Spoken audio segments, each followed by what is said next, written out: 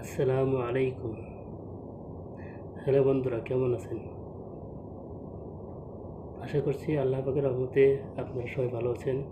আলহামদুলিল্লাহ, আমিও ভালো আছি। আজকে আপনাদের সাথে একটি কথা শেয়ার করতে চাচ্ছি। আমরা যারা ডেনিম বা টেক্সটাইলের কাজ করি, যারা কাপড় তৈরি করি, লুম অপারেটর যাকে বলা হয়, যারা মেশিন চালায় তাদেরকে লুম অপারেটর বলা হয় বা তাঁতি বলা হয়। আমরা যারা অপারেটর আছি বা মেশিন চালায় কাপড় তৈরি করি, তাদেরকে বলতেছি যে আমরা যারা মেশিন চালায় কাপড় তৈরি করি, কাপড়ের গুণগত মান ঠিক রাখার জন্য একজন অপারেটর পারে। কাপড় ভালো করতে গিয়ে যা কিছু করার দরকার একটা অপারেটর পারে। যেমন হচ্ছে মেকানিক্যাল যদি কোনো সমস্যা না থাকে, সেই ক্ষেত্রে বলতেছি যে একজন অপারেটর ইচ্ছে করলে সুতা ভুল লাগাইতে পারে, এখানে মেকানিক্যালের সমস্যা নাই। একজন অপারেটর ইচ্ছে করলে ডপার লাইনের কস্টিপ মেরে তাঁত মেশিন চালাতে পারে, কাপড়ে মিস অফ যাবে, এটা অপারেটর পারে। অপারেটর ইচ্ছে করলে যে সুতা ছিঁড়ছে উঠাইয়ে ধরে মেশিন চালাইলো, ইচ্ছে করলেই পারবে, সেখানে মিস অফ যাবে, কাপড় খারাপ হবে। অপারেটর ইচ্ছে করলেই কিন্তু ডাবল গেছে দেখতেছে, না ভাঙে দাঁড়িয়ে আছে। ইচ্ছে করলেই যে বা এই যে সুতা ভুল লাগাইলো, কাপড়ে ফল্ট যাচ্ছে, দেখছে না। এটা হচ্ছে অপারেটরের ইচ্ছে করলে পারে।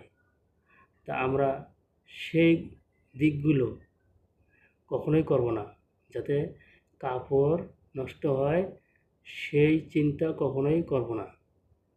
আমরা চিন্তা করব কি, কাপড় যেন 100% ভালো হয় সেদিকে খেয়াল রাখব। এবং আমাদের কাজ কি? আমাদের কাজ হচ্ছে মেশিন বন্ধ হলে যা করার দরকার তাই করতে হবে। মেশিন বন্ধ হলে কী করতে হবে? ওয়ার্কার সুতো কাটলে সুতো গিট্টু দিয়ে পার করতে হবে, পিক পড়লে পিক তুলে চালাতে হবে। এবং মেশিন ভালো চলাকালীন কাপড়ে কিছু ফল্ট আসে, ভালো চলতেছে, ব্যান্ড পিস যাচ্ছে, কাট পিসে মিস পিস যাচ্ছে, ব্রোকেন পিস যাচ্ছে, তারপরে সুতার বুম চালাচ্ছি, এগুলো চেক করার দায়িত্ব মূলত অপারেটরের উপরে ন্যস্ত। একজন অপারেটর সে ইচ্ছে করলে কাপড়ের যাবতীয় ফল্টগুলো সে ধরতে পারে। এই জন্য বলছি যে আমাদের একজন অপারেটর অনেকে আছে 5 বছর, 10 বছর, 15 বছর চাকরি করতেছে, কাপড়ের কোন ফল্ট কারণে কাপড় নষ্ট হচ্ছে, কাপড়ে এই ফল্টটা গেলে কী হবে, সে ওইটা খেয়ালই করে না। আমি মনে করি যে অপারেটর একমাত্র কাপড়ের গুণগত মান ভালো রাখতে একমাত্র অপারেটরের অবদান, তারপরে বাকিরা। কারণ হচ্ছে একজন অপারেটরের কাপড় ভালো হচ্ছে না খারাপ হচ্ছে সে সব সময় দেখতেছে। আর অন্য যারা আছে, লাইনম্যান আছে, ফিটার আছে, সাররা আছে, তারা কিন্তু মেশিনে আসি সবসময় থাকতেছে না। একজন অপারেটর 8 ঘন্টা ডিউটি শুরুর থেকেই 8 ঘন্টায় সে মেশিনেই থাকতেছে, ঘুরে ঘুরে দেখতেছে, মেশিন চালাচ্ছে, কাপড় ছেড়ে দিচ্ছে। সে ইচ্ছে করলে কি সব কিছু কাপড় 8 ঘন্টায় কাপড় ভালো চালাতে পারবে, এমন তাদের আস্থা আছে, আমি বিশ্বাস করি। কারণ অপারেটর ইচ্ছে করলেই কাপড় 100% করতে পারবে। কারণ কাপড়ে ফল্ট গেলে সে যদি বোঝে এই কাপড়ে ফল্ট হচ্ছে, এই কাপড়ের সমস্যা হচ্ছে, সে অবশ্যই বন্ধ করবে। বন্ধ করলে কি মেকানিক্যাল কাজ করবে বা স্যারেরা গিয়ে দেখবে কাপড় আসলে গুণগত মান ঠিক আছে কিনা। যদি ঠিক থাকে তাহলে ঠিক।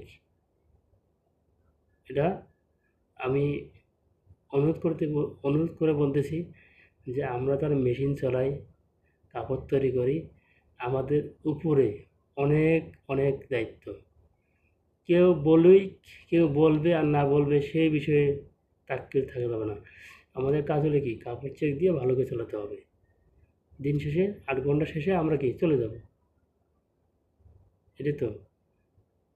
আপনার কাজ হলো আপনি সঠিকভাবে পালন করবেন, এটা আমাদের আমরা বিশেষ করি যে এটা করা আমাদের পক্ষে ভালো। কারণ এই সৎভাবে কাজ করা, সৎভাবে উপার্জন একটা আল্লাহর নিয়ামত।